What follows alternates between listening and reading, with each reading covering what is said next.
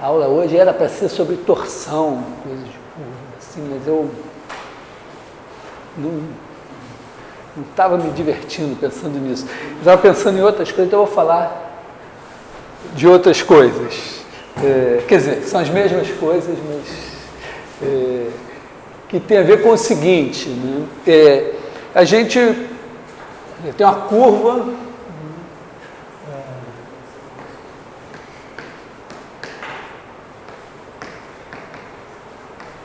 tá assim, curvas planas,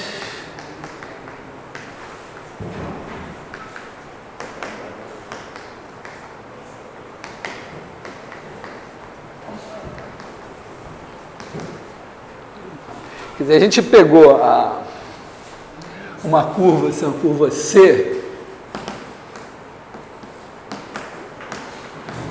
de AB em R2, tirou a origem e,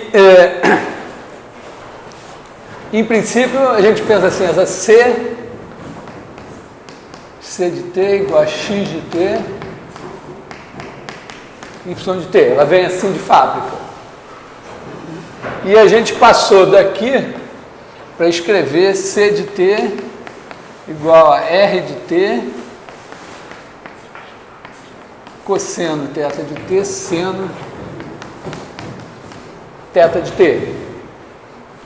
Onde claramente, né, o R de t vai ser igual a raiz quadrada de x de t ao quadrado mais y de t ao quadrado. E isso daqui está para representar o seguinte, né? Se você botar aqui o sistema de coordenadas, desenhar aqui o círculo unitário. Então aqui você tem o ponto C de t,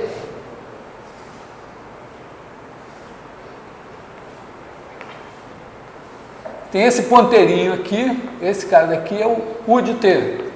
U de t é dado assim. Então, a gente traz para cá e faz as contas. E o θ de t, a gente acabou definindo assim, né? θ de t igual a θ de t0 mais integral de t0 a t de menos yx ponto mais xy ponto sobre x2 mais y2. O que significou que a gente usou derivada. Então a gente supôs que a curva tinha derivada. E para não complicar muito a nossa vida, né, para que isso aqui ficasse contínuo, a gente supôs que a curva C era de classe C1. Classe C1 é que tem primeira derivada contínua. E aí a gente usou isso para definir o número de voltas também.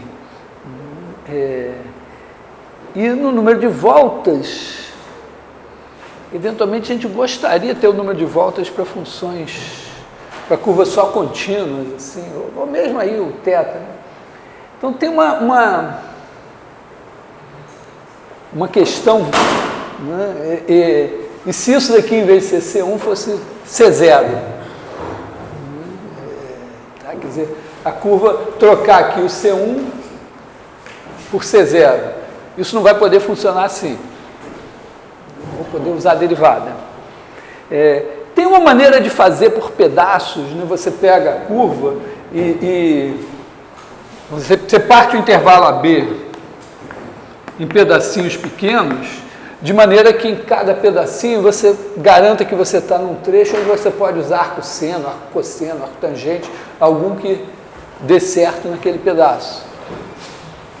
É uma opção, assim, mas eu queria aproveitar isso que a gente já tem no caso C1, até porque a ideia aqui é que a gente pode usar a derivada integral e isso facilita a vida. Então, passar do caso C1 para o caso C0. E é um truque que funciona em diversas situações, mas que depende da seguinte coisa, né, do seguinte resultado que eu já mencionei para vocês, né, esse risco de giz aqui, ele pode representar uma curva que seja só contínua. Existem curvas que são, não sei se você chegaram a ver isso em cálculo 1, né, curvas que são contínuas em todos os pontos e não são deriváveis em nenhum ponto. Dá para construir uma coisa assim. Uma das maneiras é você ir fazendo assim, você cria um bico aqui, depois você soma isso com uma outra coisa que tem bicos aqui e aqui, e depois vai somando um monte de serrinhas assim, de maneira que no final você tem uma coisa que não tem derivada em nenhum ponto. Uma coisa que eu nunca fiz essa conta, mas deve ter derivado infinito em todos os pontos, é exatamente aquela curva que eu falei que preenche o quadrado todo. Ela também é contínua e certamente... Oi. Essas coisas não formam fractais? Aqui... Não, porque aqui a figura não é essa, né? Quer dizer, isso aqui é o gráfico da primeira função. A segunda função vai ser somar essa nessa daqui. Então, você vai fazer alguma coisa assim, que aí vai quebrar em mais pontos. Isso aqui some. Só para me lembrar, como é que era a construção daquela... Dessa daqui? Essa daqui você começa com uma curva assim, aí depois você parte o quadrado em 9 quadrados iguais, e você vem assim, faz assim, assim, assim, assim, assim, assim, assim, assim. Depois, em cada um desses quadrados, você faz isso de novo. E aí você vai enchendo o quadrado todo. Mas, claro, imaginando que você vai do tempo 0 ao tempo 1, quando você está aqui com 9 quadrados, esse negócio aqui leva 1/9 para você vir daqui até aqui. Quando você partir esse quadrado em 9, você vai levar 1,81 avos para ir daqui até aqui. Então, para intervalos, se você pegar por exemplo, esse vértice aqui, é fácil ver isso, né? Quer dizer, o tempo que você leva para ir daqui até aqui é cada vez menor. Então, se você for calcular a velocidade com intervalos de tempo pequenos, vai ter intervalos de tempo pequenos em que você começou aqui e terminou aqui. Então, você vai ter uma velocidade infinita nesses caras. Então, aqui é uma situação que isso provavelmente vai acontecer em todos os pontos. Mas, de qualquer maneira, existem... isso é um resultado... Primeiro a mostrar isso foi o Weierstrass, assim, 1800 e... sei lá quando, segunda metade do século XIX, 1800 e coisa, Weierstrass.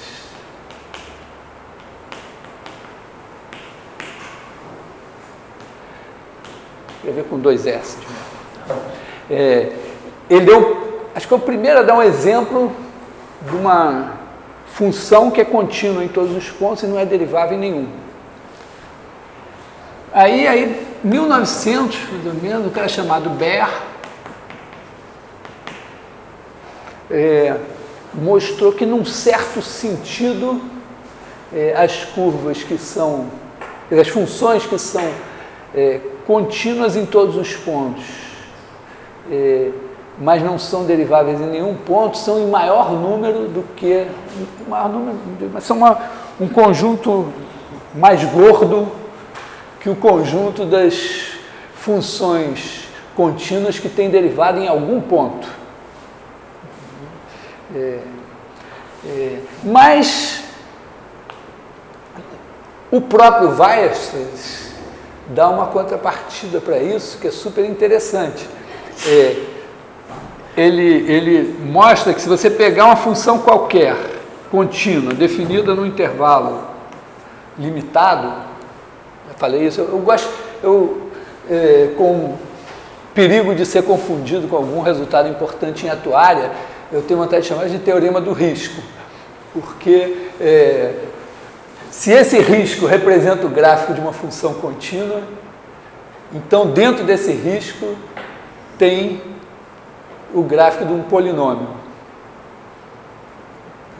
Quer dizer, ou dizendo de uma maneira mais rigorosa, se você tem f de AB em R contínuo, então existe um polinômio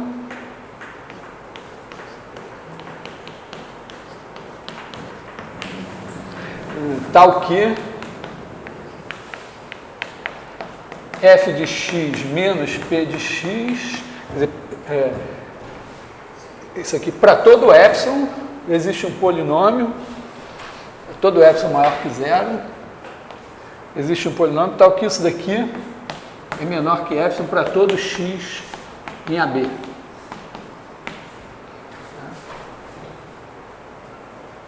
Então você imagina que o epsilon aqui, vamos dizer, o gráfico da função f está dentro desse risco aqui, e o epsilon é tão pequeno que quando você botar o polinômio, ele também vai estar dentro do mesmo risco. Essa diferença não vai ser zero? Não, porque o polinômio, se a função não tiver alguma derivada, a diferença não vai poder... Quer dizer, pode ser zero em alguns pontos, mas não em todos, porque o polinômio é de classe C infinito. Então, essa função não é o polinômio, né? Mas, no princípio, ele pode passar por alguns pontos da função ou não. Esse teorema, ele tem uma demonstração legalzinha, vamos dizer, esse teorema é do Weierstrass aqui, né? Ele tem uma demonstração legalzinha devido ao Lebesgue. O Weierstrass, eu não lembro se ele fez primeiro para polinômios ou para polinômios trigonométricos. O Lebesgue, usando a série de Taylor da raiz quadrada de 1 mais x e tal, ele teve uma ideia legal, mas de qualquer maneira é meio macetoso, trabalhoso, mas tem uma alternativa, sem usar polinômios, a gente pode simplesmente dizer, bom, existe uma P C infinito, porque em boa parte das aplicações, das situações que você vai usar isso, você vai simplesmente usar que tem um polinômio, porque aí a função é contínua, mas o polinômio é C infinito. Então, no polinômio, você pode trabalhar com derivadas, com tudo que você quiser, usar ferramentas do cálculo infinitesimal, enquanto que na função contínua você está amarrado porque ela não tem derivada. Então, a ideia aqui é usar isso da seguinte maneira.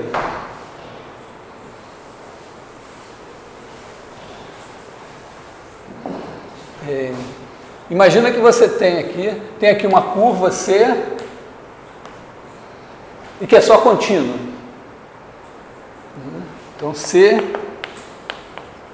de AB em R2 menos 0, 0. Aí você aproxima essa curva, quer dizer, vou botar ela para ela não parecer assim descontínua, né? Você pode aproximar essa curva por uma coisa mais bonitinha, assim, sem bicos, uma C1, que seja C infinito. E aí, vamos dizer, você pode fazer na verdade, você pode fazer uma sequência Cn, né?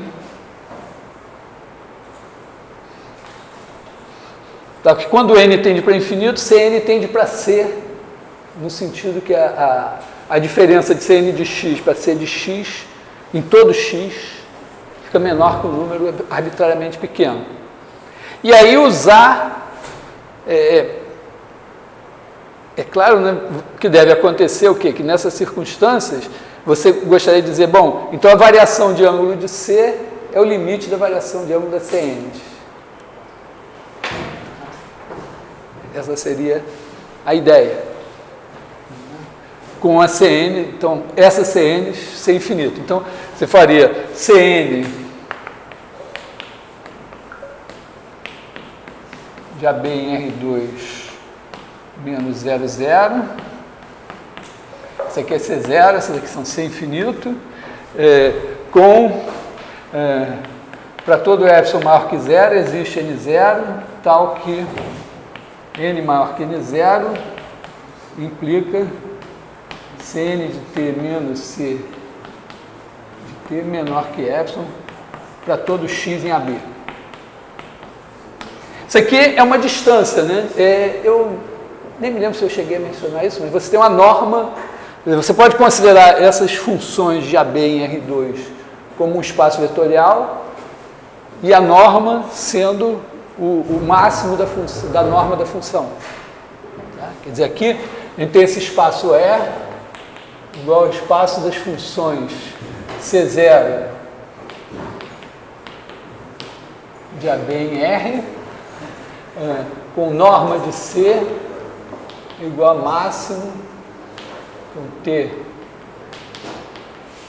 pertencente a AB do módulo de C de T.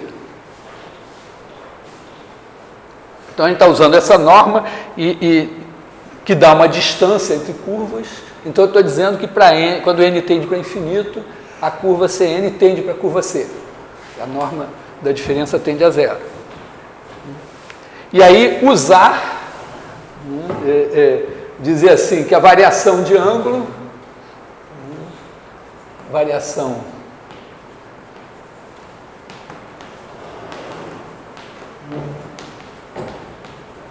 de ângulo de C igual ao limite, quando n tende para infinito, da variação de Cn. E ver se isso funciona. Tem um detalhe nessa história que é o seguinte, a variação de ângulo envolve as derivadas.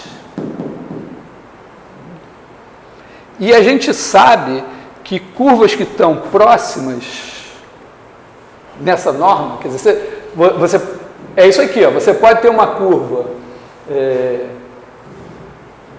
bonitinha, que está aqui assim, e ela ser aproximada por curvas muito bem aproximada, mas as derivadas não tenderem, tá? Quer dizer, você pode ter Cn tendendo para C, com as derivadas de Cn não tendendo para as derivadas de C. Bom, nesse caso aqui, C nem tem derivada. Legal? Quer dizer, o exemplo assim, básico, né? Você tem aqui, aliás, vou fazer a demonstração que talvez vocês conheçam. Vocês conhecem a demonstração de que a soma de dois lados de um triângulo é igual ao terceiro? Não sei se eu já fiz para vocês. Maior ou igual ao terceiro? Nunca viram assim? Hã? Maior ou igual? Não, vou mostrar que é igual. Tá? Pega aqui, ó. Pega um triângulo. Então aqui tem o A, B, C. Pega aqui o ponto médio, ponto médio, ponto médio e faz assim. Então, esse camarada aqui é igual a esse.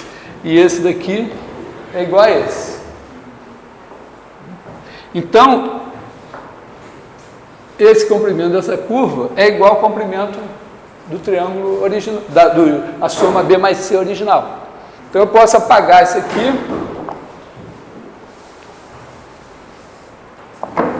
E agora eu posso fazer de novo, pegar aqui pontos médios e fazer assim, assim, assim, assim. E de novo agora, né? Esse tamanho daqui é igual a esse tamanho aqui, esse daqui é igual a esse aqui.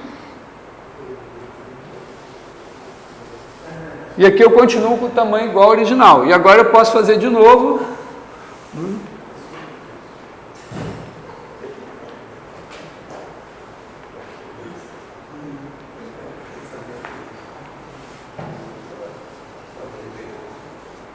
E assim eu vou. E aí você vê que eu estou construindo uma sequência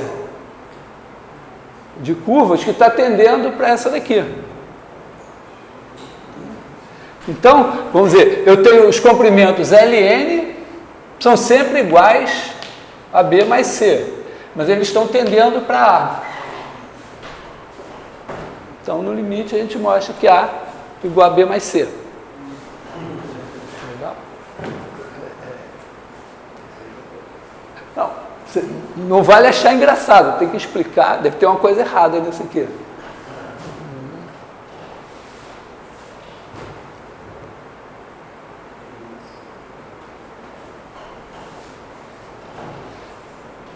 O que está errado no raciocínio? Bom, se tudo que você falou está certo, então o valor da soma de todos esses triângulos continua igual a B mais C, né? Sim, isso com certeza não foi aqui que eu roubei. A soma desses comprimentos aqui é B mais C mesmo. Usei. Hã? Então, entendendo a. Continua com a mesma dimensão. Sim, mas olha só, essa curvinha aqui está tendendo para essa daqui. Mas ela nunca vai ser igual a... Bom, e daí? Quando o x tende a zero, sendo x sobre x nunca é igual a 1, mas o limite é 1. Até aí.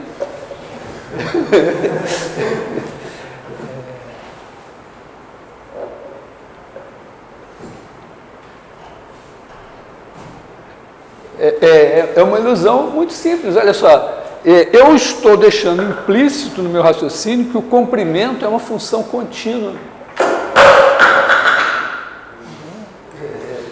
Nessa norma. Quer dizer, eu estou dizendo que quando a curva CN tende para a curva C, o comprimento de CN tende para o comprimento de C.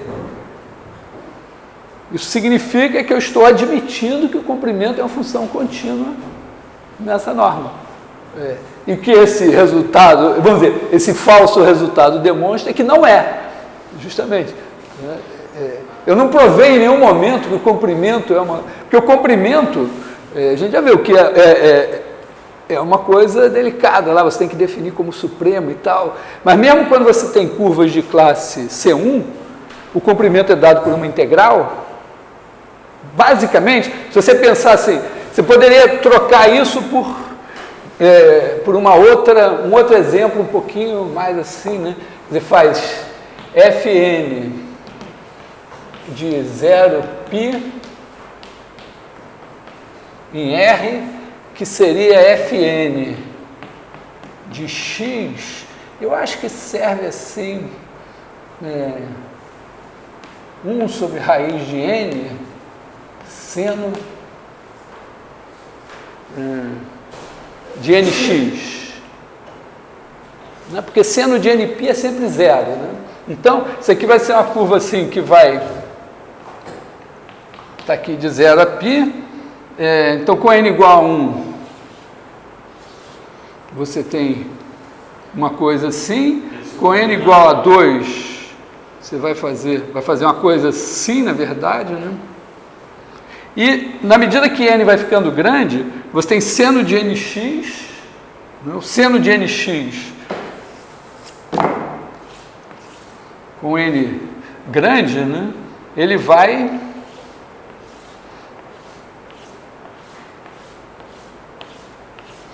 começar a fazer uma oscilação assim. Só que como você está multiplicando por raiz de n, isso vai ficando sempre pequenininho. Então, isso daqui tende a zero, quando n tende para infinito. Porque Fn de x menos zero é menor ou igual que 1 sobre raiz de n para todo x. Então, isso tende a zero. Mas olha o que acontece com as derivadas. Fn' de x, vai dar raiz de n cosseno de nx, que agora assume valores enormes, né? Quer dizer, vai ser uma coisa desse tipo, só que multiplicada por raiz de n. Então, o que acontece aqui? Você tem Fn está convergindo, né? Quer dizer, você tem uma Fn convergindo para G nessa norma, mas a Fn' não está convergindo para G'. Como o comprimento da curva depende da derivada, é uma integral envolvendo a derivada, isso é sinal de que a coisa não é tão simples assim, tá certo? Quer dizer, o fato da Fn estar convergindo para uma certa G não garante nada, porque as derivadas de Fn podem estar muito diferentes das derivadas de G. E aí, quando você calcula o comprimento do gráfico de F e o comprimento do gráfico de G, como é uma integral em função de 1 mais raiz quadrada da derivada ao quadrado, isso pode estar muito longe, que é bem o caso aqui. Vamos dizer, isso aqui é uma variante C infinito do que eu fiz com os triangulinhos. Então, vamos dizer, é importante aqui nessa história ter presente que, embora eu aproxime uma curva C por curvas de classe C infinito, eu tenho um problema que é semelhante, porque a variação de ângulo é dada por uma integral, que envolve as derivadas. E aí a minha Cn converge para C, mesmo que a C fosse de classe C infinito também, a Cn converge para C, mas as derivadas de Cn podem não convergir para GC, e aí a coisa fica meio subjúdice, né? Embora, vamos dizer, dá para entender que tem que dar certo, basicamente pelo seguinte, ó, a variação de ângulo, esse ponto aqui vai ficar, o ponto azul vai ficar perto desse, o ponto azul aqui vai ficar perto desse, então o ângulo vai tender para esse aqui. Para onde poderia tender o ângulo da curva azul? Bom, poderia dar mais uma volta, a curva azul poderia dar mais uma volta e dar diferente. Mas, em princípio, ela não tem uma liberdade de ficar dando voltas, porque ela tem que se manter perto dessa daqui. Mas, sei lá, se essa curva... Como a gente viu que uma curva só contínua pode preencher um quadrado, sei lá, se ela pode fazer aqui, ficar dando infinitas voltas, ou alguma coisa desse tipo. Então, a gente tem que, talvez, tomar algumas cautelas, não vai ser tão simples assim. Então, eu queria tentar desenvolver um pouco essa ideia. E a primeira coisa que eu queria fazer é, efetivamente, demonstrar que você pode aproximar uma curva contínua por curvas sem infinito. Entender assim o problema, a eventual dificuldade, e agora eu vou tentar lidar com essa dificuldade de alguma maneira. Então, primeira coisa,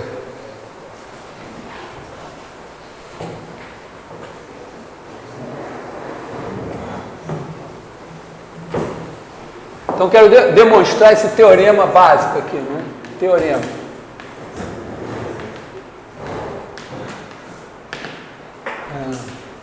F de AB em R contínuo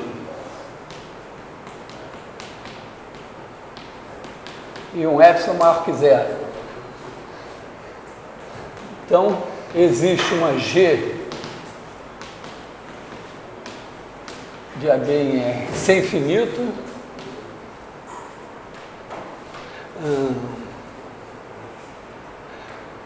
tal que G de x menos f de x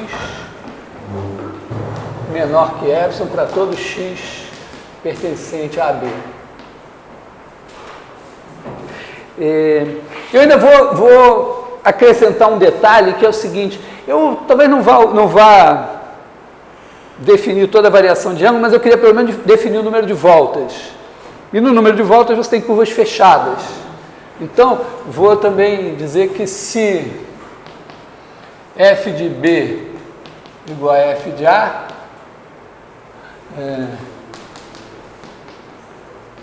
então podemos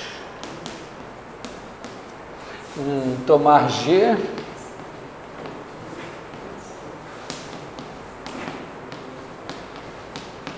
tal que todas as derivadas de G em B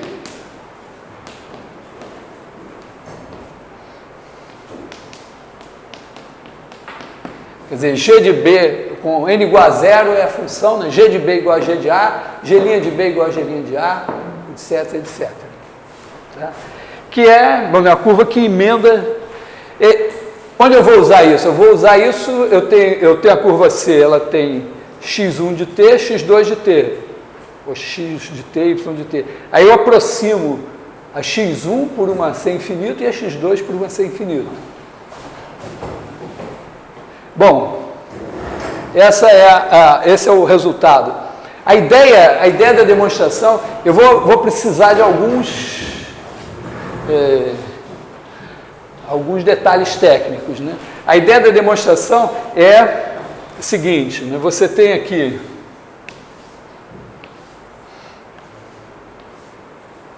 aliás, aqui eu deveria até, em vez de chamar de G, né? Eu vou chamar de f epsilon para ficar mais chiquezinho assim, né? F epsilon, né?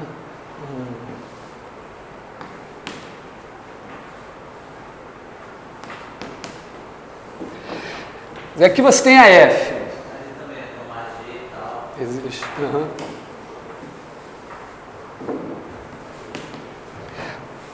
Você tem a F aqui. Ela pode ser meio ruinzinha.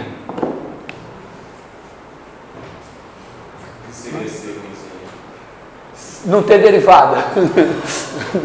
Eu só estou dizendo que ela é contínua. A ideia é a seguinte: você pega aqui o valor da F num certo ponto x, e aí você pega uma função assim, um calombinho, que é como se fosse uma densidade de probabilidade concentrada aqui perto de x, e você usa, vamos chamar isso aqui de ρ, índice epsilon, você usa essa ρ aqui para substituir o valor de f pela média dos valores de f ponderada por ρ. Seria o valor esperado. Como é que você faz isso? Bom, primeiro, como é que você constrói? Você tem que construir uma... Pega aqui, menos 1, constrói uma primeira ρ que faz assim. E que é sem infinito. Então, essa ρ é uma ρ de R em R, sem infinito, ρ de x igual a zero para todo x, se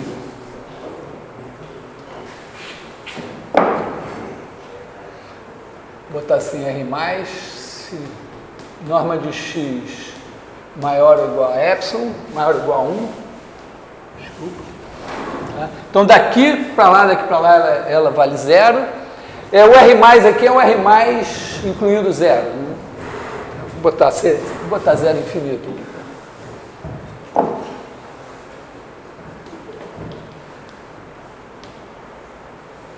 C infinito.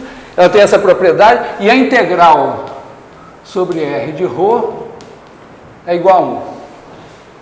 Então, a densidade de probabilidade. Vocês têm ideia que é a densidade de probabilidade? Mais ou menos assim. Bom, Afinal, fizeram análise exploratória de dados. Foi uma matéria boa. Hã?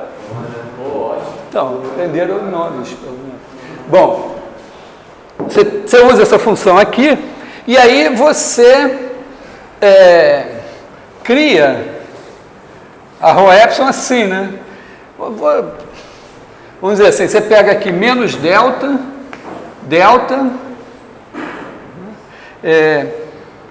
e aí cria uma função assim, em que você encolhe que aqui é de menos 1 a 1, aqui você fica de menos delta, e espicha aqui de maneira que a integral continue igual a 1. Então você faz ρ índice delta, se eu não me engano, você faz 1 sobre delta, ρ índice delta de x é igual a 1 sobre delta, ρ de x sobre delta. Porque aí quando o módulo de x for maior do que delta, o x sobre delta vai estar com o módulo maior que 1, e aí vai dar 0. Então você concentrou aqui. E na hora de integrar, né, se você fizer a integral de menos infinito a infinito aqui, na verdade, vai ser a integral de menos delta, de 1 sobre delta, ρ de x sobre delta, dx, né, você faz y igual a x sobre delta, e aí isso vira integral de menos 1 a 1, de 1 sobre delta, quer dizer, você faz y igual a x sobre delta, o dx vira delta dy, e aqui você fica com ρ de y, delta dy, isso daqui igual a 1.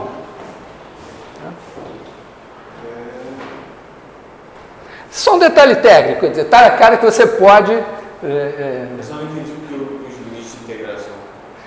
É porque porque o x, quando você faz aqui de menos infinito a infinito, na verdade, como a função vale 0 antes de menos 1 e depois de 1, essa integral, na verdade, é de menos 1 a 1. Da mesma forma, essa integral aqui, se fosse de menos infinito a infinito, seria de menos delta a delta. E aí, quando o x é menos delta, você fica em menos 1, quando o x é delta, você fica em 1. Então, mudança de variáveis simples. Então você pode fazer isso. E aí, vamos chamar assim, vou botar aqui o delta aqui, o delta. Aí você vai criar a função f, vamos dizer, f tilde de x vai ser o quê?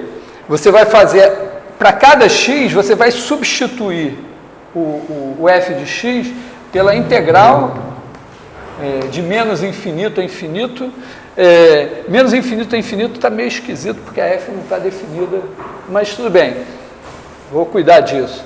De f de y, ρ de x menos y dy.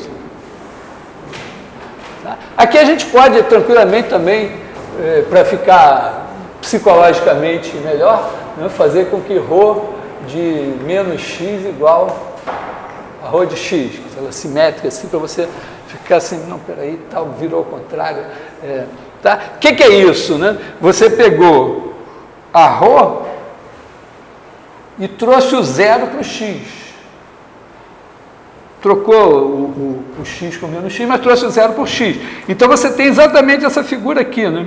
Quer dizer, você tem essa função, que você está multiplicando por essa, e está integrando tudo. Obviamente, os valores de f daqui para trás e daqui para trás não vão contar nada.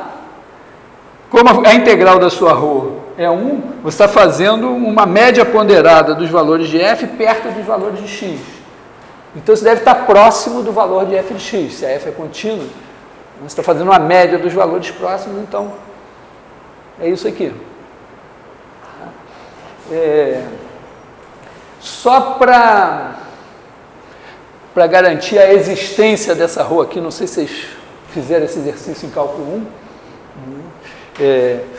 Esse é um exercício importante de cálculo 1. a gente começa, uma maneira de fazer é começar assim, você começa criando uma função φ de R em R, definida assim, φ de x igual a 0 se x é menor ou igual a 0 e é elevado a menos 1 sobre x se x é maior que 0. Então o gráfico dessa função é assim, né? Vem 0. O limite quando x tende a 0 disso daqui é 0. Né? Porque 1 sobre x, você vai 0 mais, 1 sobre x é para infinito, menos infinito. Então, e na medida que o x vai aumentando, esse negócio daqui vai ficando vamos dizer, menos negativo, então vai subindo, mas quando o x tende a infinito, isso vai para 0 aqui, então vai para 1 sobre E, né? Isso vai aqui para 1 sobre E.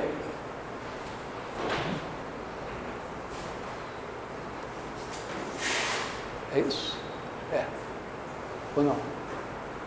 Não, para E mesmo. Quer dizer, quando x vai para o infinito, isso daqui vai para 0, então vai para 1 aqui. Tá? E é sempre positiva, quer dizer, essa função aqui é positiva. O interessante é que ela é de classe C infinito. Quer dizer, aqui ela emenda perfeitamente.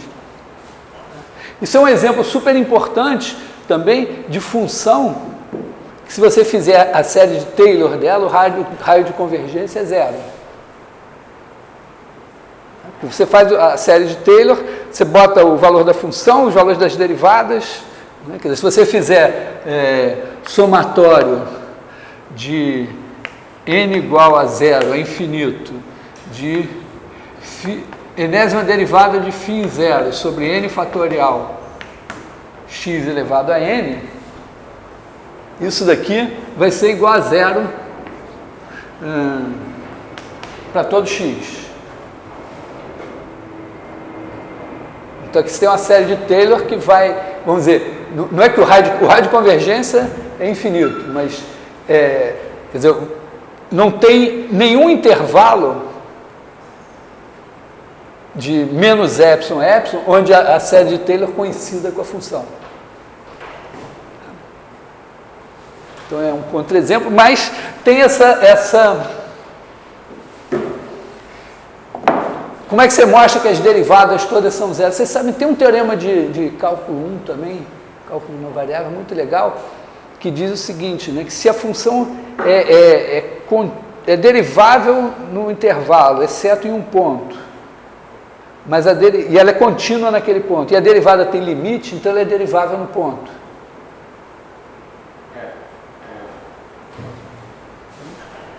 Quer dizer, porque olha só, o que você tem aqui? Se você fizer filinha de x, isso vai dar, para x maior que 0, né? Isso vai dar 1 sobre x2 é elevado a menos 1 sobre x. Aí, quando x tende a 0, isso aqui tende a infinito, mas esse aqui tende a 0. Só que esse aqui é mais forte.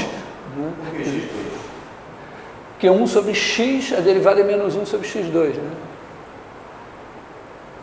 Quer dizer, isso daqui é igual a 1 sobre x2 sobre E elevado a 1 sobre x. Com x tendendo a 0 pela direita, né? Isso aqui é E elevado a uma coisa que tende a infinito, quer dizer, como se fosse x ao quadrado dividido por E elevado a x. Vai para 0.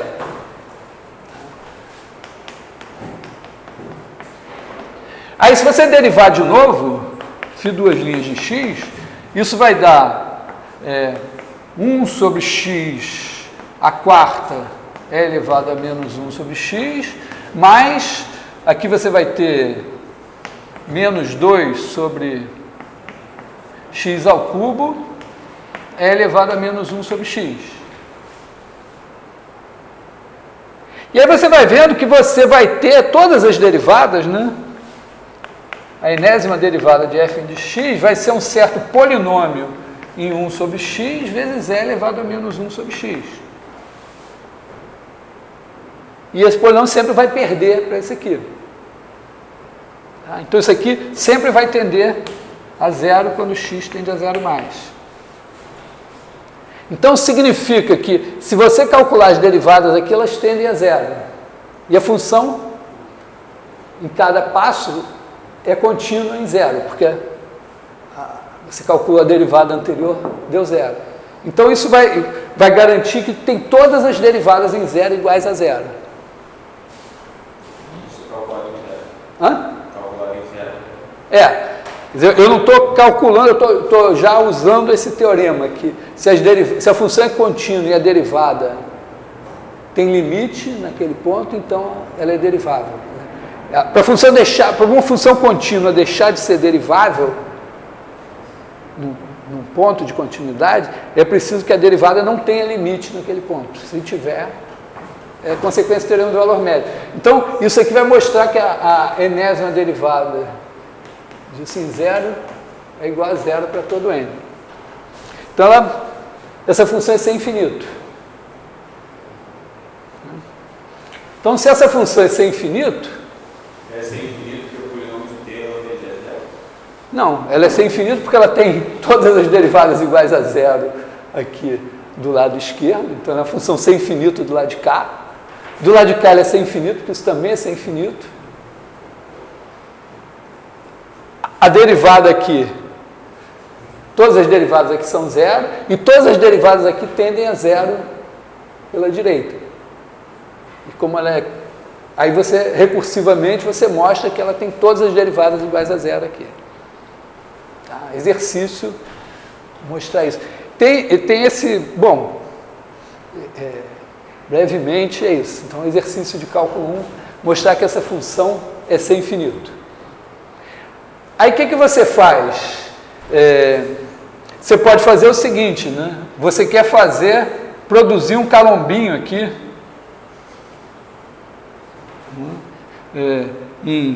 aqui menos 1, 1.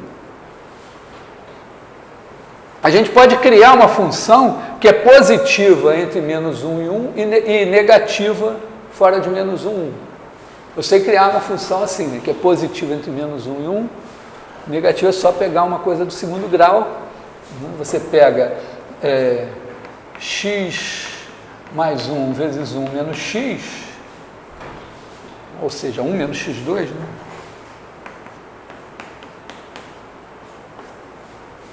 Um menos x2 é positivo entre menos 1 e 1 e é negativa para modo x maior que menos 1. Então, você pode fazer o quê? Você pode fazer aqui, digamos, g de x igual a φ de 1 menos x2. O que acontece? 1 menos x2, quando x for menor que menos 1, é negativo. Então, quando eu calcular φ, vai dar zero. Quando x for maior que 1, isso é negativo. Quando eu calcular φ, vai dar zero. Quando x estiver entre menos 1 e 1, esse negócio aqui é positivo, φ vai dar alguma coisa positiva, que vai ser igualzinho do lado de cá e do lado de cá. Então, ela tem esse gráfico aqui. Só não tem integral igual a 1, mas é sem infinito já, ó, porque φ é sem infinito, essa é sem infinito, é a composta de funções sem infinito. Uma função sem infinito, e eu posso fazer, né, digamos, ρ de x, fazer assim, faz a integral de menos 1 a 1 de g de x dx igual a A. E agora você faz ρ de x igual a 1 sobre A g de x. Aí quando você fizer a integral vai dar 1. Então essa é uma função positiva, tem tudo que é pedido. E agora você usa para fazer isso. E Agora eu tenho que mostrar o seguinte, que quando eu fizer isso aqui, eu vou ter uma função que vai estar próxima da minha f e que vai ser infinito. Então, vamos dizer, feita essa criação aqui, vamos dizer, eu preciso mostrar que essa coisa está próxima de f. Quer dizer, eu preciso mostrar o seguinte, preciso calcular essa diferença entre f tilde de x e f de x. Vou usar... bom, antes de mais nada eu preciso definir isso direito, porque isso aqui está escroto, né? Eu estou fazendo integral de menos infinito a infinito, mas... eu vou fazer o seguinte, ó. Eu vou pegar minha f e vou prolongar até infinito, assim. Só para não ter que me aborrecer. Na verdade, essa integral aqui não é de menos infinito a infinito, porque a minha ρ, vamos dizer, ρ índice delta aqui, quando eu chegar em A, eu trouxe a ρ para cá, então ela vai se anular para cá e se anular para cá. E quando eu chegar em B, ela vai se anular daqui. Então, na verdade, a integral é sempre no intervalo A menos delta, B mais delta no máximo. Não seria x mais delta, x mais delta? Assim, mas em princípio, assim, se eu pensar independente do x. Agora, na verdade, se eu estiver olhando no x, vai ser x menos delta, x mais delta. Né? Então, mas estou observando que no A, no A e no B, eu preciso esticar pelo menos até A menos delta e A mais delta, e B mais delta. Tá?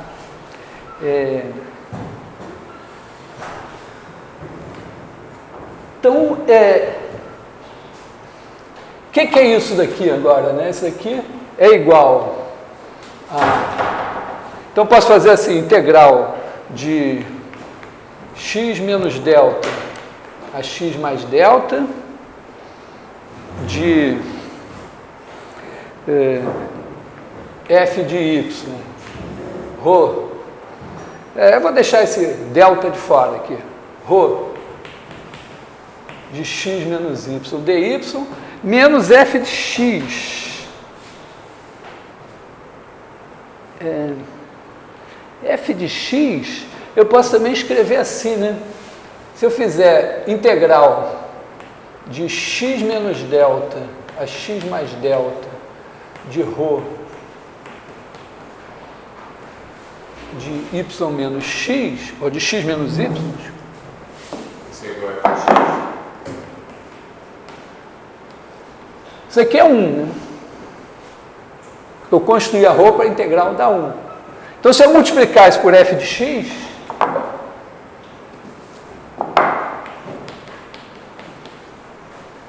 isso é f de x. E aí eu posso escrever assim, né? Integral de x menos delta a x mais delta de f de y menos f de x, ρ de x menos y dy. E agora eu uso que a f é contínua, porque se o delta é pequenininho, com o y entre x menos delta e x mais delta, f de y menos f de x é pequeno. Só que esse delta, eu quero um epsilon, ele depende do x. Tá? Quer dizer, eu no fim, vamos dizer, eu vou querer garantir que isso daqui seja menor. Eu vou fazer isso assim, né? Igual a isso assim, que é igual a isso assim, mas que eu posso botar menor ou igual que isso assim. Eu usar que o módulo da integral é menor ou igual que a integral do módulo.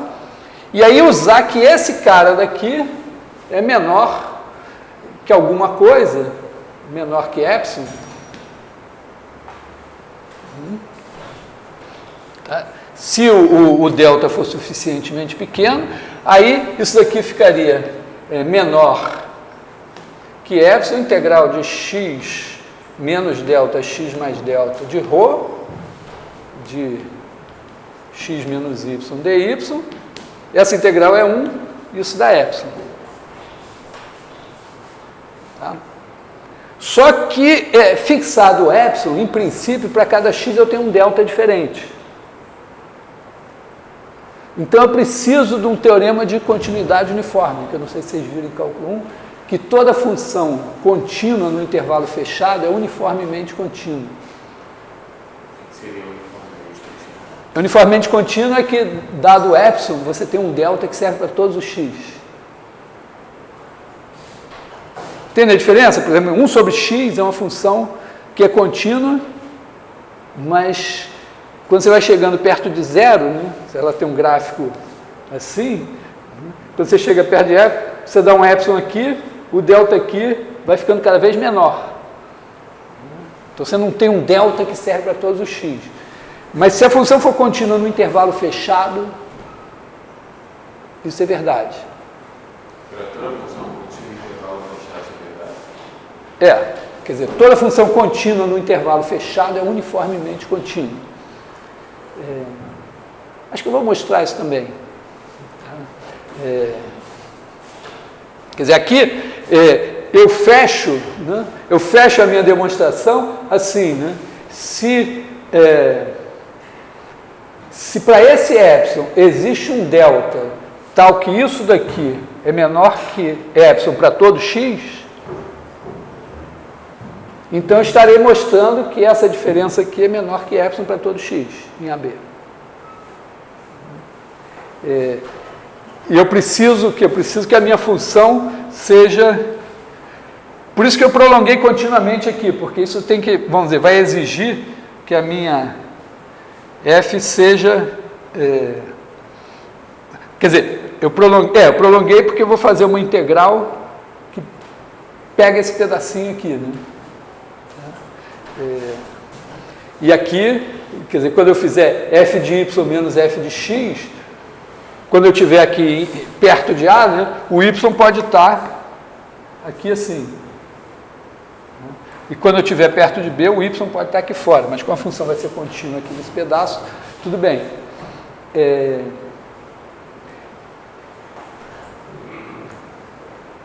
Então, vou demonstrar.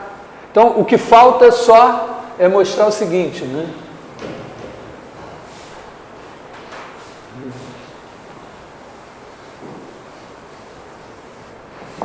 Vamos dizer assim, lema é meio sacanagem, mas se f de AB em R é contínua,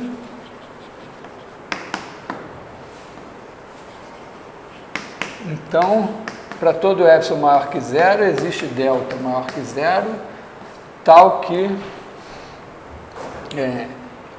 x menos y menor que delta implica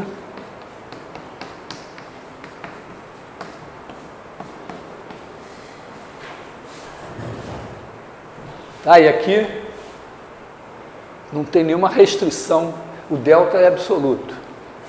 Tá? A demonstração disso, eu ainda vou usar mais um resultadozinho que vocês talvez também não sabem. Não sei o que vocês viram de sequências, mas não teve sequência no cálculo 1? O Fábio comentou um pouco que é uma objeção dos naturais, do negócio e tal, que já falou. Mas vocês não fizeram sequência? Xn, somatório de Xn, isso não foi feito no cálculo 1?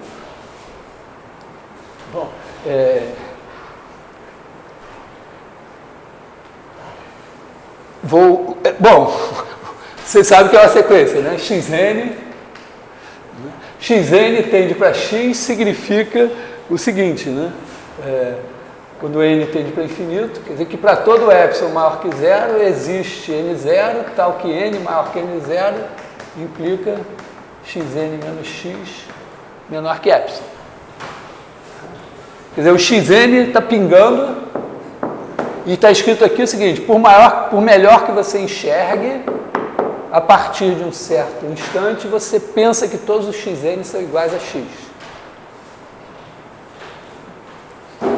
É isso que você vê no computador, né? Você constrói um método iterativo e você vai construindo uma sequência de soluções aproximadas. E a partir de um certo ponto começa a repetir o mesmo valor, porque acabou vamos dizer, o tamanho lá dos seus números, e você começa a produzir sempre o mesmo número. Esse é o limite da sequência? Vamos dizer, no computador é assim, né? Quando começa a repetir o mesmo número, você diz, bom, então chegou, não dá para ir mais adiante. Mas, teoricamente, o xn pode nunca chegar em x. Mas, para você enxergar isso, você teria que ser mais do que o super-homem, porque para todo epsilon, você teria que ser capaz de ter uma visão microscópica para enxergar a diferença menor que epsilon. Bom, tem isso aqui. E tem um resultado, vamos dizer, eu vou supor como um resultado básico assim, que toda sequência, se você tiver uma sequência crescente de números, xn mais 1, xn mais 1 maior ou igual que xn. Então, se isso está crescendo e tem um cara aqui, um m, isso aqui para todo n, então você vai crescendo, mas daqui você não passa. Então existe um limite. Existe um número x que é o limite.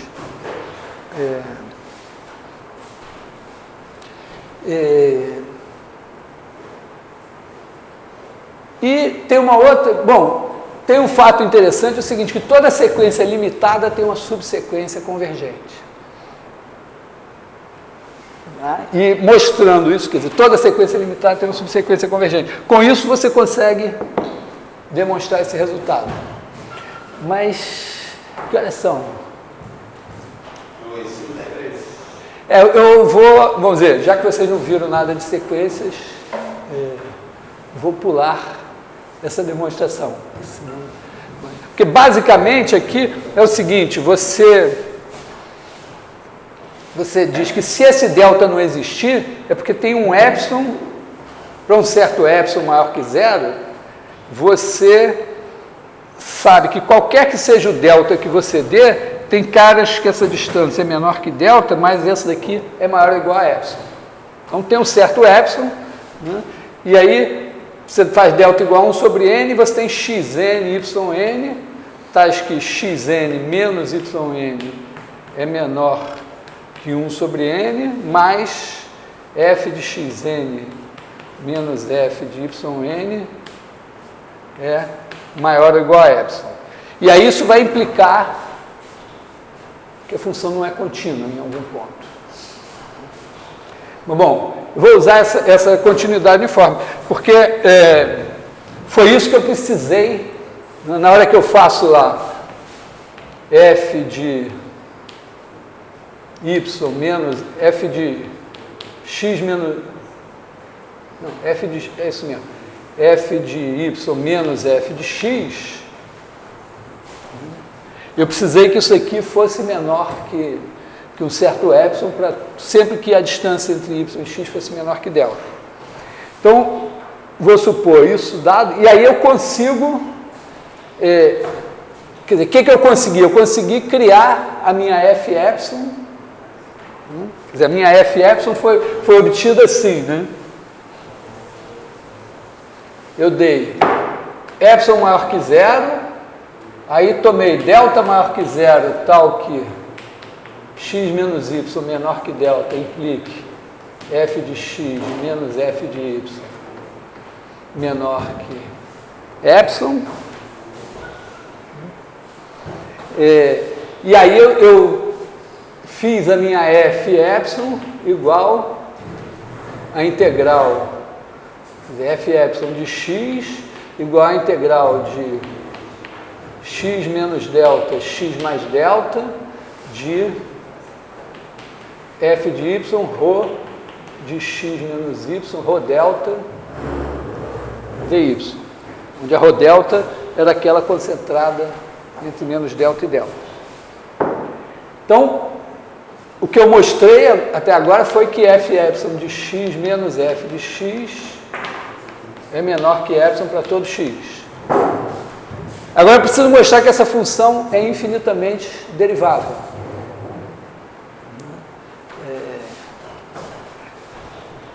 Quer dizer, eu preciso fazer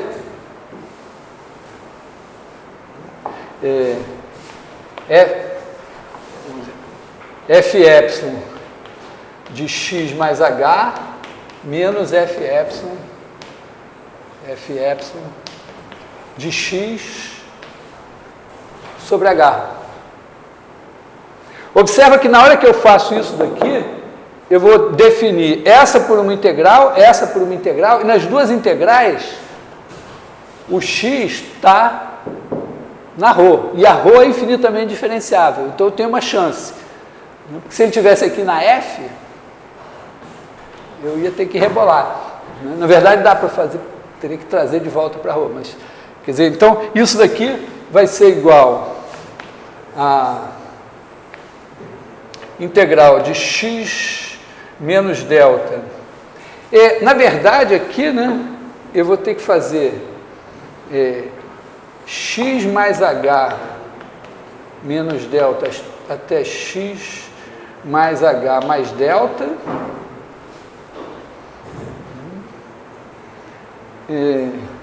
de f de y, ρ delta de x menos y dy, x mais h menos y,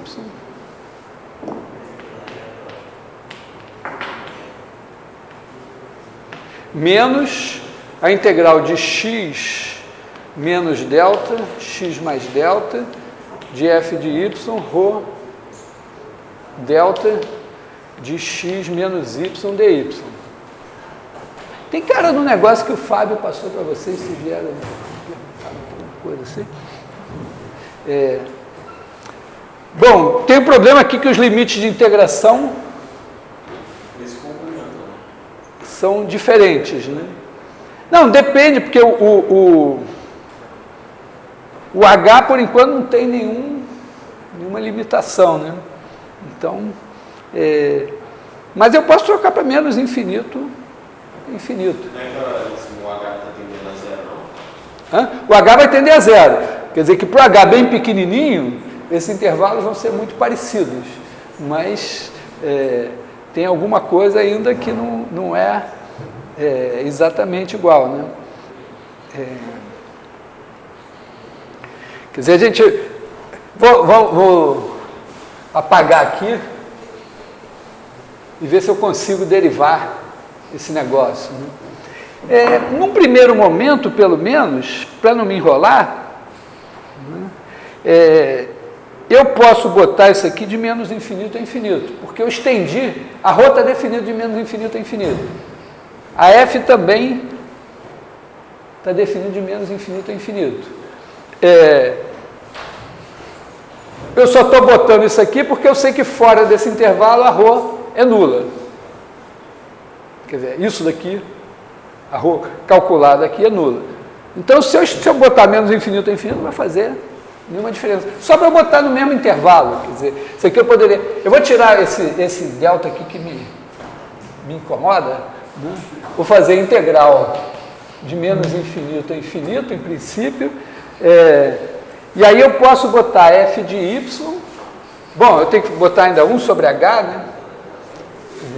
Vou botar f de y, aí eu vou botar ρ de x mais h, eu vou botar x menos y mais h,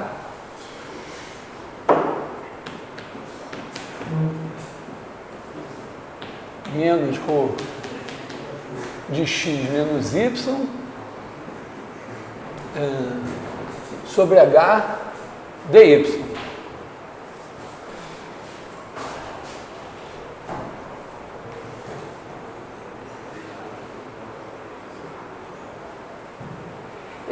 Bom, o que eu espero que seja esse limite? Não é porque isso daqui eu estou tentando derivar essa função, que está definida assim.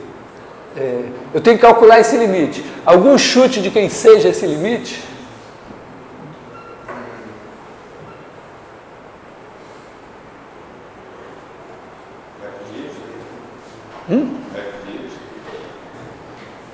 Não, f de y não, né? Porque quem tá fixo é o x.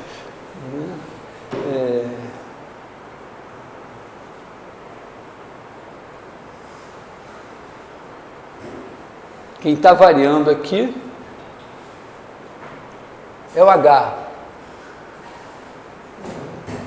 Será? Porque isso aqui, ó, isso aqui tende, esse cara aqui tende para a rolinha de x menos y. Né? Como foi essa mudança de limite? Daqui para cá? Eu só pensei assim, ó, essa integral aqui, eu não tenho nenhum problema em escrever de menos infinito a infinito, porque essa função aqui se anula fora desse intervalo. Essa daqui eu também posso escrever de menos infinito a infinito, porque essa função se anula fora desse intervalo. Assim eu fico com o mesmo intervalo de integração e depois eu penso. Quer dizer, aí eu posso juntar as duas no mesmo intervalo de integração. Quando eu juntar, eu boto o f de y em evidência, eu tenho que dividir por h, então eu tenho que fazer isso. Então a minha questão agora é se isso daqui tende, será que isso tende para a integral de menos infinito? Tem uma vantagem aqui, né? É que aqui, como eu estou derivando em relação a x, o h aparece aqui também, né? Então é meio desagradável, porque dá a impressão de que eu vou ter que derivar aqui também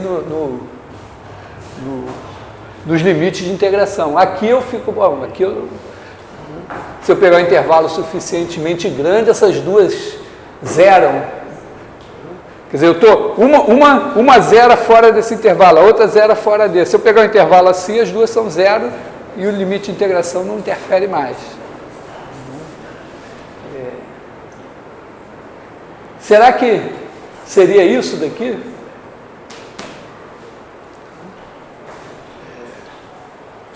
Seria, porque o limite do h tende a zero. Quer dizer, quando h tende a zero, isso daqui tende para isso. Mas a gente tem exemplos, né, de sequências de funções que tendem para uma função e a integral não tende para a integral da função.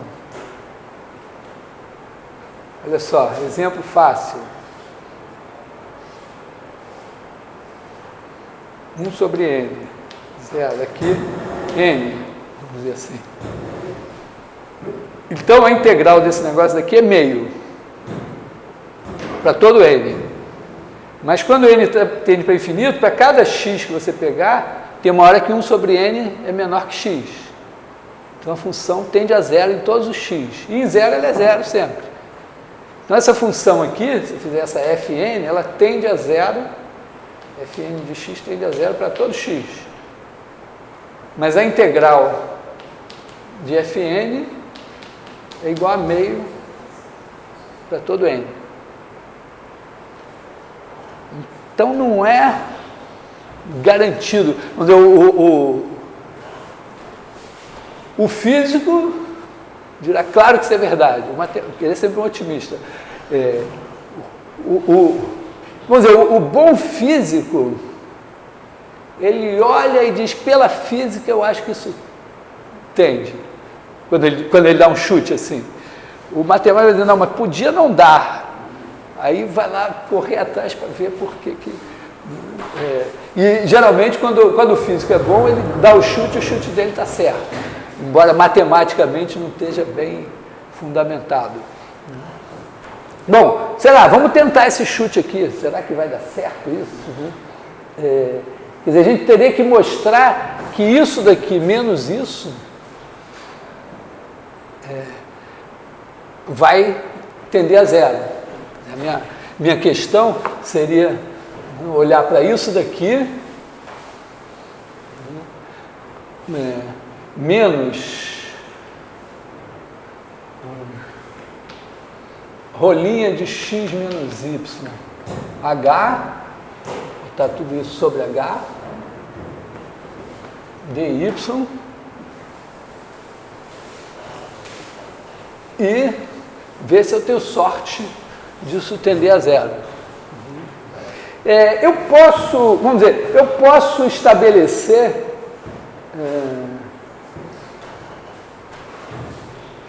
integral em y, né?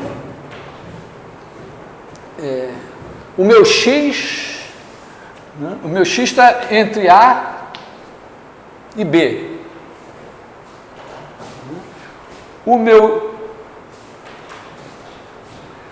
y aqui está, pode viver aqui, A menos delta até B mais delta, dependendo do x em que eu estiver. O meu h, o h vai tender a zero.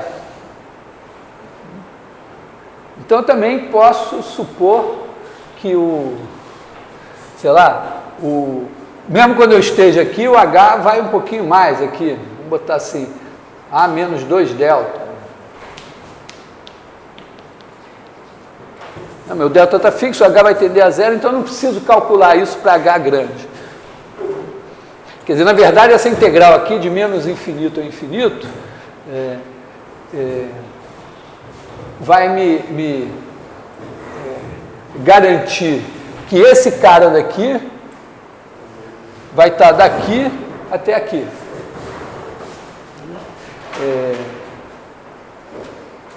Então eu posso garantir que eu estou vivendo num intervalo assim, alfa, beta, tá? Que eu estou integrando num domínio limitado.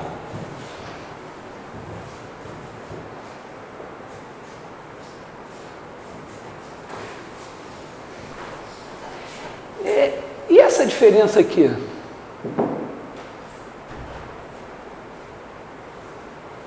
Você sabe o teorema do valor médio, né? O valor médio sabe, né? Quer dizer, você pode dizer assim, que f de...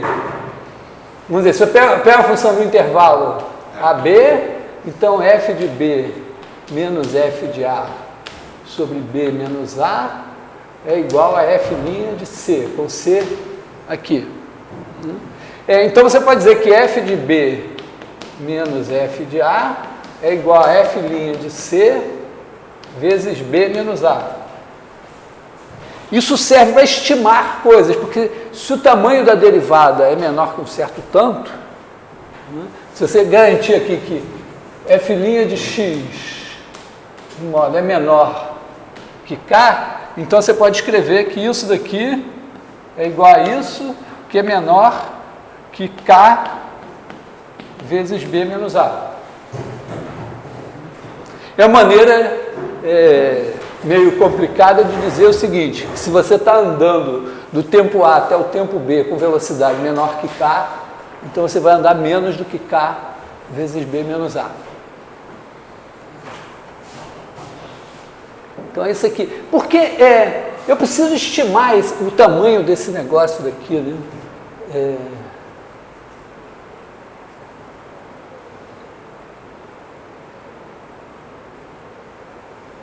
Será que isso fica pequeno? Porque olha só, olha para essa função como função de h, ρ de x menos y mais h, menos ρ de x menos y, menos rolinha de x menos y, h. H vai variar de, sei lá, menos, vou botar assim, delta 1 Delta 1, para não confundir com o delta da ρ. Se eu olhar para essa função aqui, olha para essa função como uma função de H. Qual é a derivada dela? G' de H.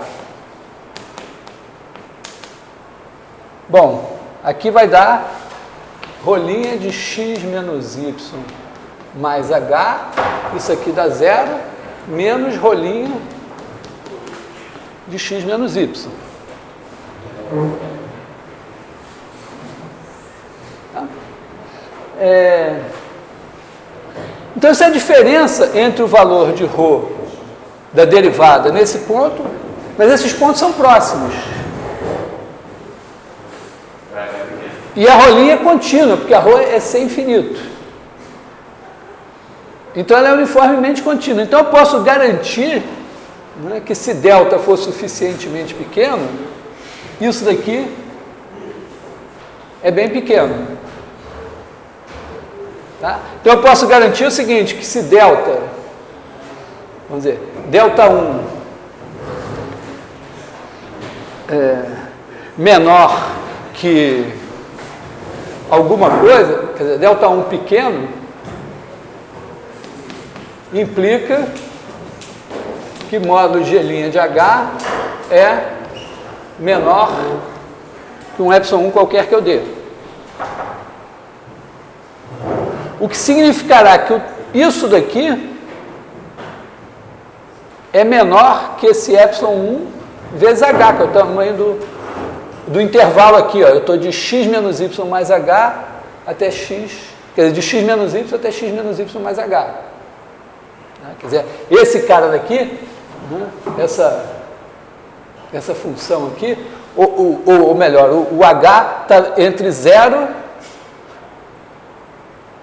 quer dizer, aqui, quando eu estou calculando a diferença disso aqui, eu estou aqui em x menos y até x menos y mais H. A derivada aqui é pequena, o tamanho do intervalo é H. Então, isso aqui, em módulo, quer dizer, se eu olhar para o módulo disso daqui, ele é menor ou igual que a integral de alfa até beta do módulo de f de y vezes o módulo disso, e o módulo disso vai ser majorada por epsilon 1h, que dividido por h, quer dizer, se o h for positivo, se o h for negativo é menos h e menos h aqui, então corta o h de qualquer maneira. Epsilon 1 dy. Agora eu ganhei, porque a f é contínua. Então, no meu intervalo alfa-beta, f é menor que um certo tanto. Então, isso aqui é menor ou igual que m, beta menos alfa, que é limitado, epsilon 1. E o epsilon eu posso pegar tão pequeno quanto eu queira. Então, tomando epsilon 1 suficientemente pequeno, eu garanto que essa integral é menor que qualquer coisa que eu decidi antes. Então, significa que a derivada, quer dizer, que a minha função é derivável e a derivada é dada. Quer dizer, o que eu mostrei? Eu mostrei que a minha f epsilon é derivável e a derivada dela é integral de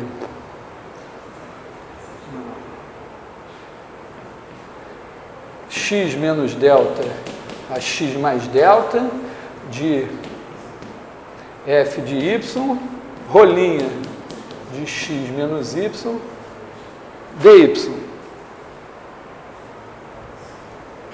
Tá? Derivando aqui. O objetivo inicial era colocar aqui Hã? a integral de zero? Quê? O objetivo inicial era colocar aqui a integral lá igual a zero? Que ela tende a zero quando h tende a zero. Então, eu estimei, assim, quer dizer, eu mostrei que se o h for suficientemente pequeno, né, quer dizer, que se ele estiver no intervalo, até aqui, menos delta 1, vem daqui até menos delta 1, daqui até mais delta 1, se o h estiver aqui dentro, então o tamanho dessa integral é menor do que isso. Onde esse epsilon 1 eu posso arbitrar.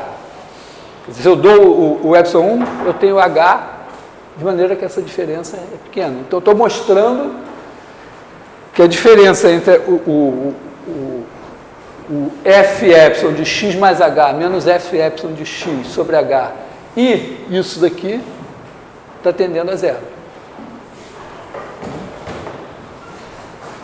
E nessa história, eu não usei em nenhum momento que a integral da ρ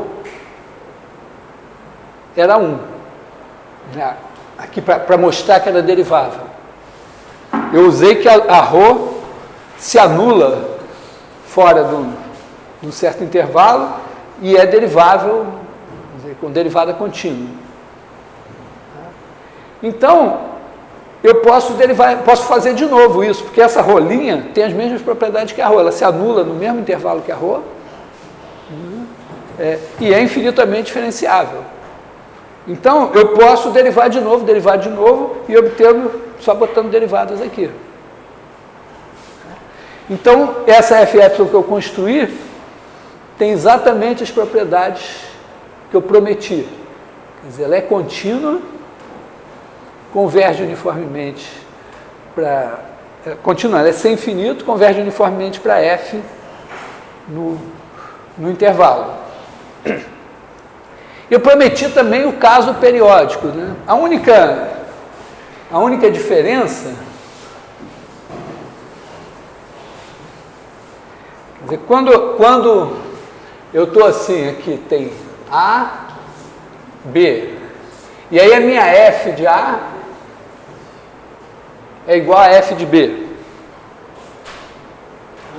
Aí eu posso, em vez de eu continuar aqui continuamente, eu continuo periodicamente. Eu pego essa função e replico aqui.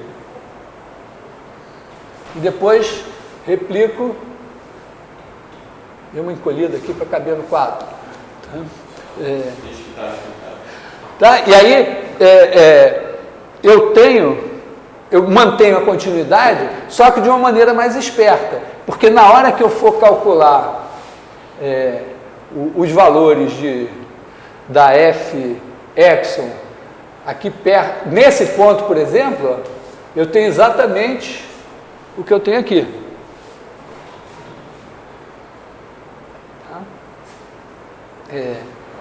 Quando eu chegar um pouquinho para cá, aqui assim, é o mesmo que chegar um pouquinho para cá assim.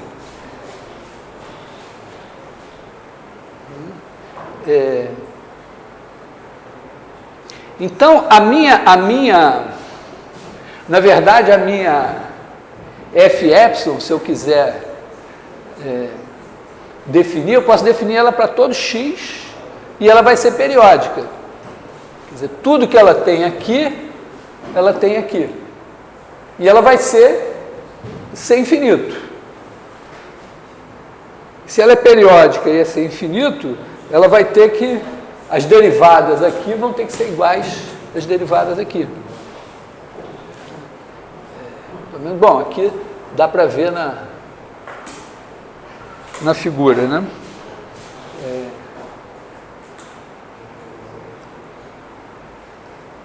Bom, então, vamos dizer, quando eu quiser periódica, quer dizer, quando isso agora me garante o seguinte, ó, o que eu tenho agora? Vamos fazer para o número de voltas. Imagina que eu tenho uma curva fechada, está aqui o zero, e eu tenho uma curva fechada, assim, C. Ela pode ser só contínua, mas eu posso aproximar, vamos dizer que a minha curva, na verdade, era assim, só contínua, mas fechava aqui. Aí eu aproximei por uma curva sem infinito. Agora eu vou ter que enfrentar o problema que eu tinha anunciado, né? Quer dizer, eu tenho a curva C e eu tenho uma sequência de curvas CN. Quer dizer, C vai de AB em R2 menos 0, e ela é contínua, com C de A igual a C de B. Então, fechou. E agora eu posso fazer Cn de AB em R2 menos 0, 0, C infinito, com Cn de A igual a Cn de B. E, detalhe, por que que eu posso, se a C não passa por 0, tem um ponto de C que está mais próximo de 0. Se as minhas Cn tiverem uma distância de C menor do que isso, elas não podem passar por 0 também.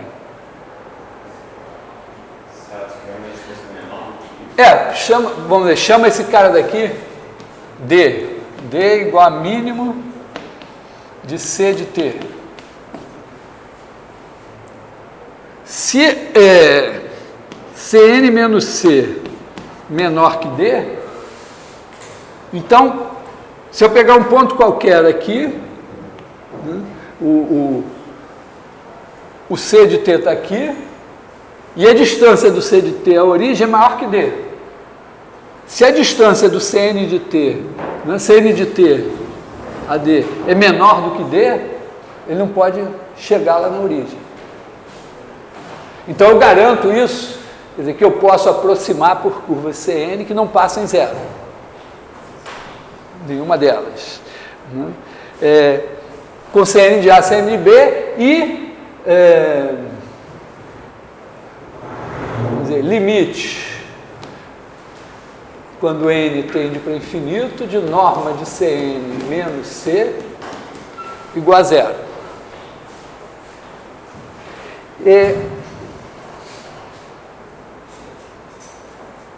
Agora, para essas daqui, o número de voltas está definido. Quer dizer, eu posso, como eu estou com n aqui de índice, eu vou chamar o número de voltas de índice de Cn. Vou chamar só índice de Cn, né?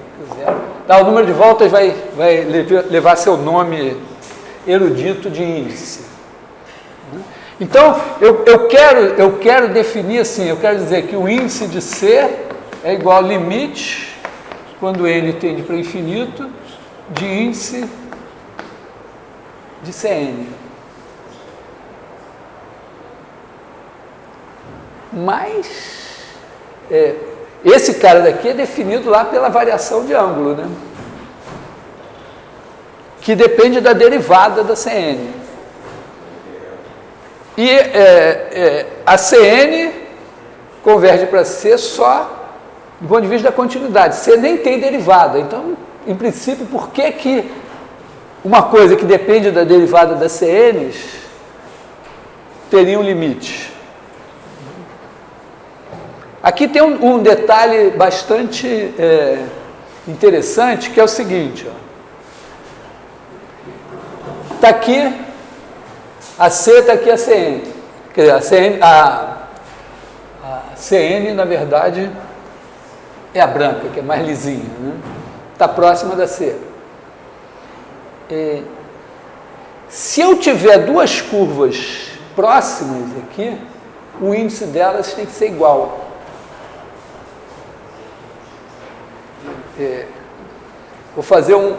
Vou melhorar esse desenho aqui. Imagina o seguinte, você tem aqui a origem, aí você tem a sua curva Cn. Aqui, a C, sua curva C. Ela tem uma menor distância, aqui assim.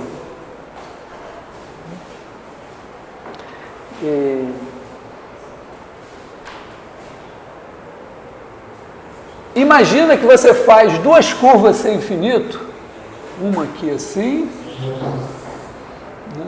E outra, não sei se alguma cor vai colar aqui, uma outra aqui assim. Pelo fato de elas estarem próximas da C, eu posso deformar uma na outra sem passar pela origem.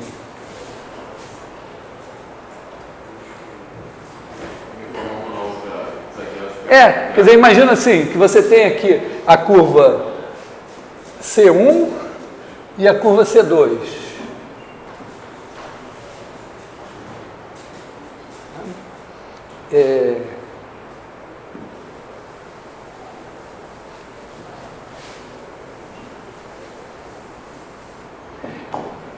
O que acontece? Para deformar C1 e C2, eu posso fazer o seguinte, ó.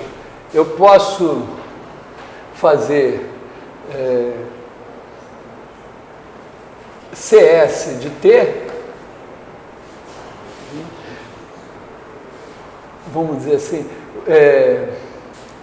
vou fazer o S, vou complicar um pouco, mas é como está entre 1 e 2. Acho que eu vou chamar de C0 e C1 aqui, C0 e C1, já que a minha C não tem índice. C0 e C1. Eu vou fazer CS de T igual a C0 de T mais S C1 de T menos C0 de T.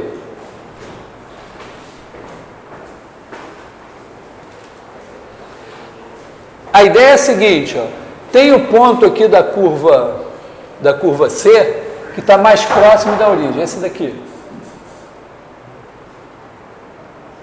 Então, eu suponho que C1 de T menos C de T, vou chamar isso aqui de D, menor que D. E C2 de T menos C de T também é menor que D. Então, para cada T, está aqui o C de T, e aqui está o disco de centro C de T e raio D. C1 de T e C2 de T estão aqui dentro. O disco aberto. Esse aqui é menor. Se eu andar de um até outro, eu não passo pela origem. Estou dentro do disco. A origem está, no máximo, está no bordo do disco. Então, não passo pela origem. Então, isso aqui não passa pela origem nunca. Só que essas duas curvas são de classe C infinito. E o número de voltas está definido para elas. Só que, olha só, claramente, né, essa curva está variando continuamente. Quer dizer, é uma curva que varia continuamente de C0 até C1, com S. Mas as derivadas também. Olha só, se eu fizer CS ponto de T, isso vai ser C0 ponto de T mais S, C1 ponto de T menos C0 ponto de T.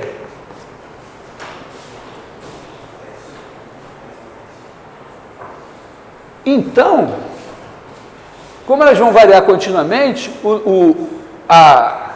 aquela integral que dá o número de voltas vai variar continuamente. E aquela integral só assume valores inteiros. Então ela vai variar continuamente de um valor inteiro até outro valor inteiro. Ela não pode variar. Porque essa curva aqui vai ser sempre fechada, porque as duas são fechadas. Está variando continuamente da primeira até a segunda. A integral, a derivada também está variando continuamente da derivada da primeira até a derivada da segunda. A integral que define a variação de ângulo, então vai variar continuamente. Então, tem que olhar o detalhe, mas é isso, vai variar continuamente. Então, só que aquela integral tem um valor que é sempre inteiro, porque eu estou só com curvas fechadas. Então, ele varia continuamente de um valor inteiro até outro valor inteiro. Então, não varia. Então, o que eu estou dizendo é o seguinte, na realidade, ó, eu peguei a curva C, tem esse número D aqui, quaisquer duas curvas que eu pegue a uma distância de C menor que esse número D, botei delta aqui, mas é D, né? Tá bom, botei delta aqui também. Vou botar D para distinguir dos outros. Esse D é até grande, no princípio. Quaisquer duas curvas que eu pegue que estejam a uma distância de C menor do que D, vão ter o mesmo índice. Então, qualquer sequência de curvas C1, C infinito, que eu tome tendendo a ser na norma C0, o limite, vamos dizer, o limite dos índices vai ser o mesmo, porque a partir de um certo ponto a distância vai ficar menor que esse D e esse índice vai ser constante. E vai ser igual de qualquer outro. Então esse índice é um número que não depende de como eu aproximar aqui. E agora eu posso dizer, bom, ele é um número inteiro. E mais, né? Se eu mover a minha curva C um pouquinho, esse D muda só um pouquinho. Então o índice também não varia. Quer dizer, se eu mover a curva D aqui continuamente, enquanto eu não passar pela origem, esse número também não vai variar. Então aí eu passo, com isso, eu passo a definir o índice para curvas que são apenas contínuas. Quer dizer, mesmo, pensa só, você tem aqui a origem, aí você tem aqui o seu, faz uma coisa assim, né, parte isso aqui em pedaços, mas exclui esse pedaço aqui. Você pode fazer uma curva que vai encher tudo isso aqui, vai ser só contínuo, e que vai dar um certo número de voltas aqui em torno da origem. Vamos dizer, a primeira maneira de pensar seria dizer, você faz uma curva que começa aqui e termina aqui, preenchendo esse quadrado. Depois, você vem daqui até aqui preenchendo esse quadrado. Depois você vem daqui até aqui preenchendo esse quadrado. Depois preenchendo esse. Aqui dá um problema que você não pode vir aqui, mas bom, você pode preencher, vir até aqui, aí você volta aqui, preenche esse, anda aqui, preenche esse, preenche tudo. Quantas voltas essa curva dá em torno da origem? Essa forma aí, uma volta, né? Claramente uma volta, né? Porque quando você andou, sei lá, daqui até aqui, na verdade é como se você tivesse, é a mesma coisa, encher isso ou vir direto, não muda nada. Depois daqui até aqui também, é como, não, o ponto inicial e o ponto final é que estão mandando. Então você pode ter curvas realmente muito ruins, mas pelo simples fato de serem contínuas, fechadas e não passarem pela origem, você tem um número de voltas bem definido. E que vai variar continuamente se a curva se mover continuamente. Portanto, não vai variar enquanto ela não passar pela origem. Isso então estende coisas que a gente fez com o número de voltas só para curvas de classe C1 para curvas de classe C0.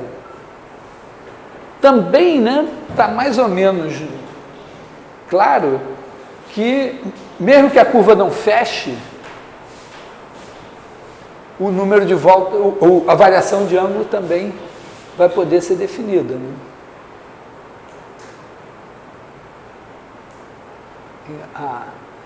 A sensação assim, né, que você pode,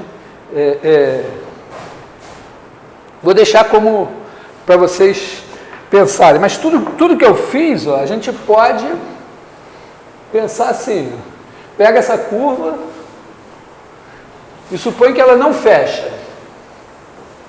Então está aqui a origem e você tem aqui uma curva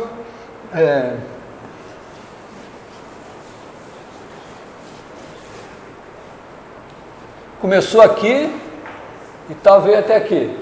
Aparentemente tem uma variação de ângulo aqui que é um pouquinho mais que 2π. Você deve poder pegar uma curva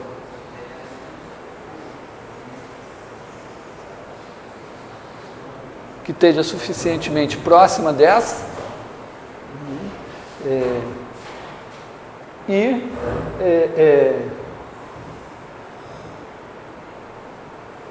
dizer que agora essa curva de classe C1, né, ela tem uma variação de ângulo, e se essa curva de classe C1 tender para a curva que é só contínua, a variação de ângulo deve tender para a variação de ângulo dessa.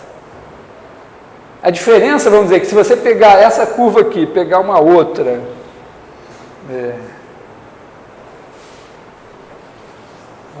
assim, como elas não têm que começar e terminar no mesmo ponto,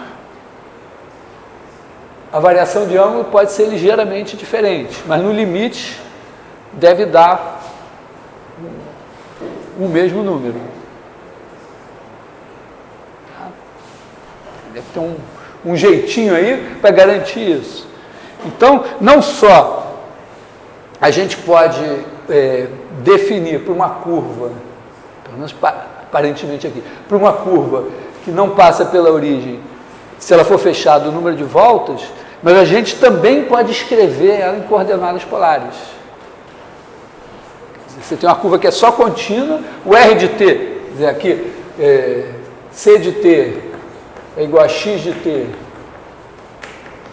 y de t, então você escreve R de t igual a x de t ao quadrado mais y de t ao quadrado, tira a raiz quadrada, não tem problema se ela é contínua, e o θ você vai ter que definir como limite dos θs, quer dizer, para cada t, o θ de t vai ter que ser definido assim, você pega a curva do tempo A até o tempo t,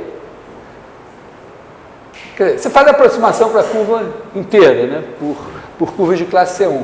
Aí pega essas curvas de classe C1 do tempo A até o tempo t, calcula o θ e faz as curvas tenderem para a sua curva C, o limite do θ vai ser o θ da curva. Deve dar para fazer isso.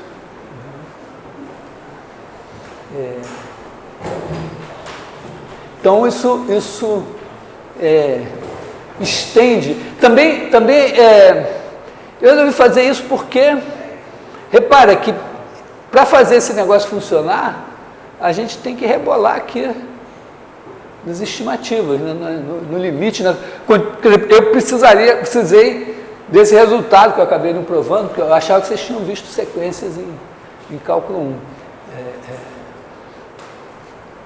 Espero que isso não volte a acontecer ano que vem. Não, porque no curso de cálculo da engenharia, por exemplo, sequência é dada no cálculo 4. Acho uma besteira, mas é. A matemática aplicada não tem cálculo 4, então vai ter que ser visto em análise.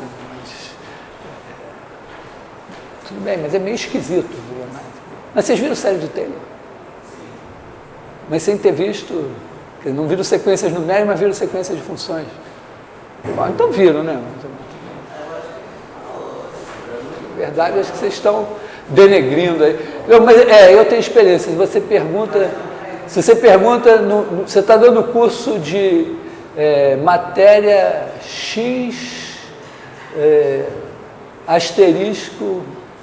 matéria asterisco N mais 1, pode ser cálculo N mais 1, álgebra linear N mais 1, física N mais 1, e perguntar para os alunos se eles viram alguma coisa do negócio que deviam ter visto em asterisco 1 até N, sempre a resposta é nunca vimos isso antes. Mas, de qualquer maneira, a gente precisou de continuidade uniforme, precisou provar um teorema delicado de aproximação. Esse teorema é muito, muito útil. Além de ser surpreendente, né? Você pensar assim, já é surpreendente você pensar que você tem uma função, que tem funções que são contínuas em todos os pontos, mas não tem derivado em nenhum. Aí você diz, tem. Aí, dizer, mas uma função assim, se você desenhar o gráfico dela com giz, tem uma de classe C infinito que tem o mesmo risco de giz. Você viu? Que é o que esse teorema diz. E a força desse teorema é que tem coisas que valem para funções contínuas, mas que têm demonstrações mais difíceis. E as demonstrações, às vezes, feitas usando derivada, são mais fáceis. E aí você demonstra para funções de classe C1, C2, C infinito, ou lá o que for, e depois, por aproximação, você estende para funções contínuas. O teorema de Brouwer é um exemplo, porque o teorema de Brouwer, quando eu mostrei, eu precisava, vamos dizer, eu fiz variando o número de voltas da curva, e ele só estava definido para funções sem infinito, para curvas sem infinito. Bom, agora que ele está definido para curvas contínuas, eu posso redemonstrar o teorema de Brouwer para funções só contínuas. Mesmo assim, tem detalhes técnicos envolvidos. Então, foi a aula hoje foi uma aula meio análise. Quer dizer, eu entrei por detalhes técnicos assim que você começa a fazer no curso de análise, mas que tem uma importância também, às vezes, em métodos numéricos, porque você faz umas estimativas e tal, você tem que fazer uma certa culinária aí de aproximação.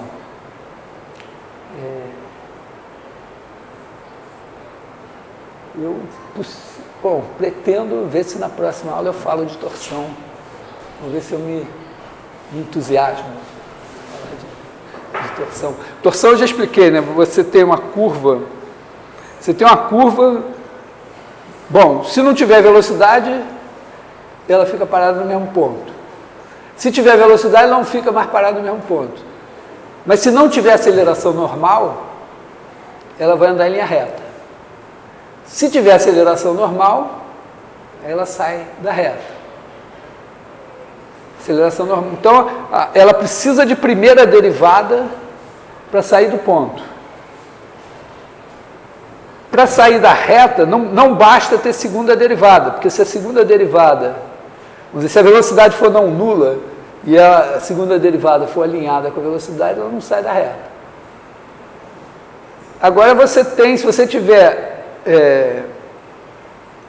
se a velocidade mudar, porque a velocidade pode andar assim com aceleração grande até, mas andando sempre na direção da velocidade. Se a velocidade mudar, quer dizer, se tiver aceleração, mudar de direção, tiver aceleração normal, aí você deixa de andar em linha reta. Mas você pode ficar andando num plano. Então, o que faz você deixar de descrever uma curva plana? Então, tem que ter alguma coisa, na verdade, na terceira derivada, que vai fazer você sair do plano. Porque meio que dá para ver assim, se você tiver velocidade não nula, tiver aceleração normal não nula, elas definem o plano. Se a terceira derivada ficar no plano definido pela velocidade e aceleração, você não consegue sair desse plano. Então precisa de alguma coisa. E aí você tem assim, velocidade, aceleração normal, e a torção não é uma coisa tão evidente assim, no primeiro momento, né? Que vamos ver, essa aqui é tangente, essa aqui é a normal, aí você bota uma binormal, que é assim, e essa binormal, ela varia torcendo a curva. Assim, é como se ficasse com a velocidade, fizesse assim. Por isso que esse nome torção. Então isso envolve umas contas. Mesmo simplificando a vida, supondo que você está parametrizado por comprimento de arco, quer dizer, a velocidade tem tamanho 1, mesmo assim tem umas contas. A gente precisa de um certo ânimo para fazer as contas.